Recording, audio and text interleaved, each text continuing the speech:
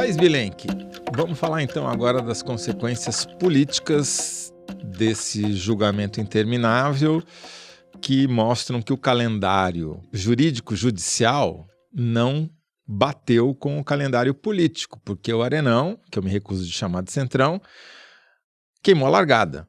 Eles saíram lançando a candidatura presidencial do Tarcísio e até espalhando por aí um plano minucioso, meticuloso e absolutamente irrealista de como seria a eleição de 2026, muito antes de o Fux começar a abrir a boca, né? Falava-se sobre as consequências políticas também durante o julgamento? Sim, com certeza. Eu diria que os soldados do Arenão, para usar seu termo, os soldados do Arenão todos tiveram que voltar às bases e reorganizar, reagrupar as tropas, porque, de fato, essa semana deu uma complicada nas movimentações anteriores. Então, começando pelo projeto de anistia, né? Do PL ao PT, ao PSOL, todo mundo que eu ouvi do governo e da oposição diz que tem maioria de voto para votar. Tem mais líderes aderindo, mas não tem uma coisa decisiva, que é a decisão do presidente da Câmara, Hugo Mota, de pautar.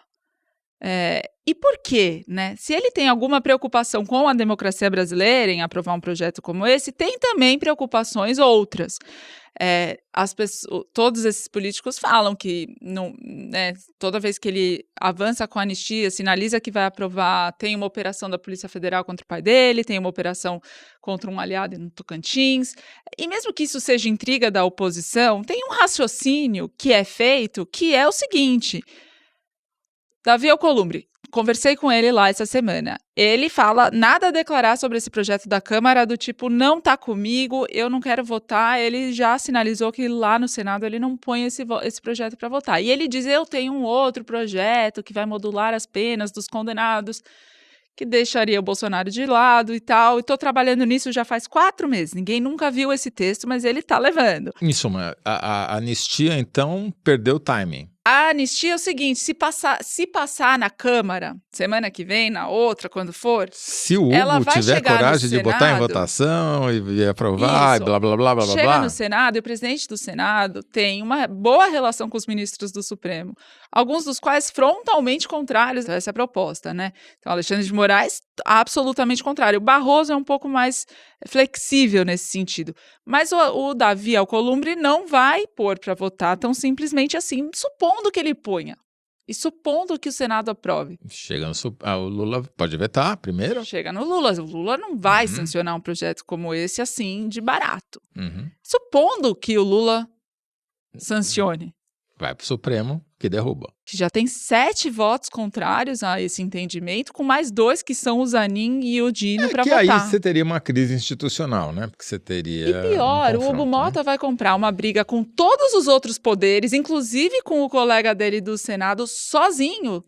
Vai ficar na chuva sozinho mesmo. Agora, vamos pegar o calendário eleitoral, porque o Arenão andou espalhando por aí um plano mirabolante. Eu achei tão detalhado e bonito que eu vou fazer questão de falar. O plano é o seguinte: Tarcísio presidente, os candidatos a governador são indicados pelo PSD do Kassab, a primeira vaga de Senado é indicada pelo Bolsonaro, a segunda vaga é indicada pela União Progressista, que também me recuso a usar esse nome, esse é a Arena de verdade, né? Porque a União Progressista é PP, que chamava PDS, que chamava Arena, com União Brasil, que era Democratas, que era PFL, que era defecção do PDS, que era Arena. Então é a Arena retomada, né? Indicando a segunda vaga. E ignora completamente o que aconteceria com o Ratinho Júnior, que é candidato a presidente, com o Caiado, que é candidato a presidente, com todas as dificuldades estaduais que você tem para fazer uma aliança desse tamanho, por exemplo, o PL e o PSD em Minas Gerais, estado-chave na eleição, não se dão. Então, como é que vocês vão fazer a mesma aliança? Nada fecha.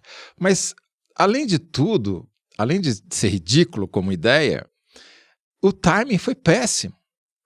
Porque eles enterraram o Bolsonaro com ele vivo. Não, eu tive essa conversa com uma fonte ontem, ele falou assim, eles estavam já discutindo a herança com o pai na UTI, eu achei essa frase muito boa. O pai estava na UTI agonizando e eles começaram já a discutir a herança, só que o pai Ressuscitou, né? Deu uma melhoradinha ali, ressuscitou saiu exagero. da UTI. Exato. E agora? Então, assim, foi um erro de timing crasso que o Tarcísio já estava numa posição dificílima, ficou pior ainda. E o pior, Thaís Vilenque, é que tudo isso acontece no momento em que há sinais tênues ainda que podem levar a uma recuperação da popularidade do Lula. As últimas pesquisas já mostraram estabilidade, e há novas mostrando que pode até ter um pequeno viés de alta, graças a, como já dissemos, até com a ajuda do Trump e dos bolsonaristas, porque quando os caras vão para Paulista de camiseta amarela e estendem uma bandeira gigantesca dos Estados Unidos, eles criaram uma imagem de campanha para o Lula. Né? Olha, esses são os vendilhões do templo, esses daí são os traidores da pátria que vestem camiseta amarela e põem sobre a cabeça deles se escondendo atrás de uma bandeira americana. Ou seja, é um desastre do ponto de vista de estratégia política e de timing, porque se o governo está com chance de crescer, e a gente eu peguei aqui o histórico de pesquisas Ibope e IPEC desde 1986 até hoje sobre avaliação de governo. Os dados do Lula são ruins e são os piores dele comparado com si mesmo, mas são muito melhores do que os do Bolsonaro antes da eleição de 2021, que terminou ali, né? E são equivalentes ao de outros candidatos que conseguiram reeleição. Então, se essa discussão jurídica, judicial, esse julgamento demorar mais de 2 meses, o prazo de carência e de validade da candidatura Tarcísio vai se esgotar muito rapidamente, porque se o governo demonstrar que está crescendo e está tendo deflação de preços dos alimentos, aí vai complicar bastante a unanimidade da Faria Lima em torno do Tarcísio. Essa semana o Tarcísio, que semana passada estava em todas, não estava em nenhuma. Ele teve um evento público somente, não fez declarações. E veja, não só que o Bolsonaro, com esse voto do Fux, ganhou um fôlego, tem mais. Se a anistia passa mesmo, do jeito que ele estava defendendo na semana passada, e o Bolsonaro volta a ser elegível, a candidatura dele também cai. Então, desse ponto de vista, e de outros também, todo esse movimento recente para o Tarcísio é um complicador. Agora, eu apurei, Toledo, que o Tarcísio deu sinais de arrependimento daquela frase que ele fala na Paulista, em cima do carro de som, que os manifestantes estavam pedindo para o Alexandre de Moraes sair, porque ele era um tirano, ninguém aguenta mais a tirania, ninguém aguenta mais a ditadura. Ele disse para aliados que ele acha que ele errou, né, nessa declaração. E, ao mesmo tempo, com o ato dele no 7 de setembro, que foi a ocasião em que ele falou essas coisas, ele avançou demais, ele se colocou como um presidenciável e agora não dá para recuar. Então é um complicador para ele lá na frente, como você já fez essa leitura. E tem uma novidade, está saindo agora a pesquisa